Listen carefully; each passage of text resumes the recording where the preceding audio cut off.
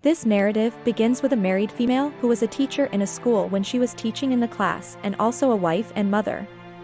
When her shift ended, she was sitting in the car heading home when she noticed Benny walking with his dog. This time, she kept looking at him the way he was looking at her in the class the next day. She asked the two girls laughing at the back to stop, but they didn't listen. The boy was staring at her awkwardly all the time. Gemma becomes really upset since she stole a girl's phone and the girl mistreated her. Whispering Gemma heard it anyway, so did Benny. She just couldn't handle it, so she got the girl suspended and kicked her out of the class. However, as her shift was about to end, she noticed that Benny was still bullying the girl, throwing her cycle to break it up and abusing her teacher. After a while, Gemma expressed her admiration for what he had done for her. She went to another teacher to find out how Benny interacted with her during class, but the teacher told her that Benny was just like any other student. Nothing extraordinary or out of the ordinary, he is an excellent student, and the next day, when she sees Benny at school, she leads him into a private room and forces him to sit on a chair.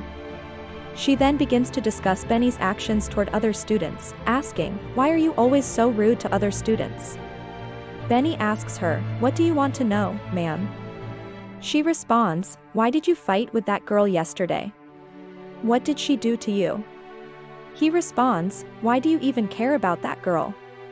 Didn't she abuse you?" "I did what you had to do." Gemma says, "I don't care about that girl, I care about you." Gemma puts her hand on his leg as she says this.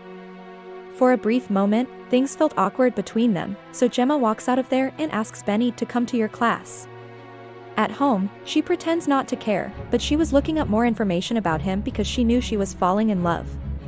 The next day, she was packing her bag after class. Gemma opens his luggage to see what's inside and discovers his shirt.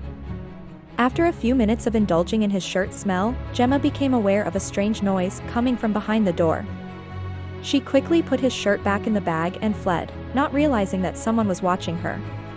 Later, when she was drinking water in the bathroom, Benny appeared out of nowhere and began kissing her on the neck. When he turned to kiss her on the lips, she refused to let him in. Benny replied, "Don't you feel the same for me what I feel for you?" The next day, as she was sitting in class, Benny was staring at her again. She tried not to look at him because she didn't want other students to know what was going on between us. She was nervous that he was walking right next to her after class, but there was nothing she could do. He said, "I want to meet you after the school," but she said, "No, I can't. I'm your teacher. Why don't you understand? Please leave me alone." She left the room, but no matter what she said to him, she still wanted the same thing from him. Benjamin after that, Benny says nothing more, and she simply leaves. Later, on her way to her car to go home, she notices that someone has broken his side mirror and has scratched the door. She believes that Benny is to blame because I had declined to meet him after school. When she got home, Gemma decided to stop talking to Benny. The following morning, when she was teaching in the classroom, he asked her a stupid question: "Is it okay for a student to kiss a teacher?" Everyone laughed, and Gemma became very irate. She threw his bag out of the classroom and asked him to leave immediately, but someone threw a duster on her. She felt so insulted and embarrassed that she left the class. Later, when she got home, she received a call, but when she answered, she said hello, nobody spoke, so she hung up. Then, she realized that the call was from Benny, who was trying to play games with her. At that moment, she was afraid of him. Gemma was making a lot of effort to keep a distance from him, but he was following her everywhere. One day, when she was alone in a room, she noticed that Benny was standing right behind her. She quickly fled the room, scared of him because she thought he was a dangerous boy who could hurt anyone. When she entered the elevator, he noticed that she was running, so he followed her too quickly and closed the door. He said, "I know you don't want to talk to me, but I want you to come back to teach us," before beginning to kiss and spend romantic moments with her. After a while, Gemma returns home feeling anxious and wondering what to do because she knew she would have to keep this relationship a secret from the public if it continued, or else she might get into trouble. However, she was powerless to stop him and make him leave. When Gemma got to school the next day, she sneaked into her principal's office because she didn't want anyone to see her and because she wasn't sure if she should continue their romantic relationship or just walk away. Gemma talked to her husband for a while because she felt guilty in front of him but didn't really tell him what had happened. When they were taking Benny with him, he was staring at Gemma because he knew she was the one who set him up, but he was powerless to stop it.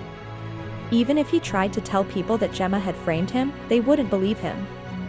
Gemma had decided to get rid of this boy for good. She took a question paper from his locker and put it in Benny's jacket so that everyone thought he broke into the principal's office and stole those papers for himself. Gemma went to a bookstore one day with her daughter to buy some books for herself. After a while, he says to her, "Come on honey, let's go home." Gemma starts walking to the door, but when she turns around, she discovers her daughter is not there. Benny was suspended from the school when she was sitting in the class. She couldn't stop herself from thinking about those romantic moments, what she spent with him, but she knew it was the right thing to do.